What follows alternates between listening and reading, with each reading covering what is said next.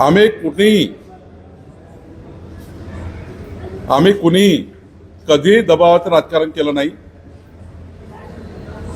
गुंडागर्दी दबावाचं राजकारण 65 वर्ष काँग्रेस पार्टीने केलं. मधल्या काळात उबाटा आणि त्या ठिकाणी या लोकांनी प्रचंड सरकारचा वापर करून गुंडाईशाहीच्या माध्यमातून निवडणुका लढल्या. या राज्यामध्ये एक तरी मतदार दाखवा किंवा एक तरी उमेदवार दाखवा ज्याच्यावर आम्ही या ठिकाणी जोर जबरदस्ती केली आहे. काहीतरी आपले लोक आपल्याला सांभाळता येत नाही आणि म्हणून लोकांवर आरोप करायचा.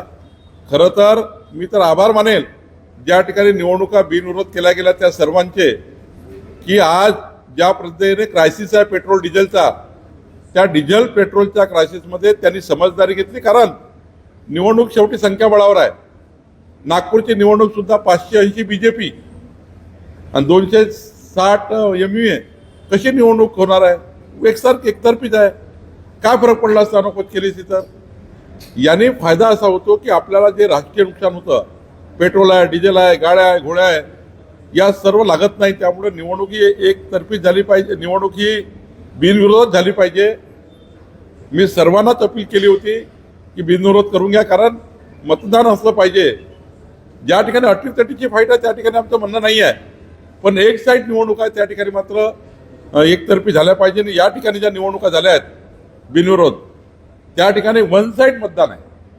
चंद्रपूरला वन साईड मतदान आहे, यवतमाळला वन साईड मतदान आहे, रायगडला, पुणे बीजेपी आणि राष्ट्रवादी एक केली तर 90% आम्ही आहोत.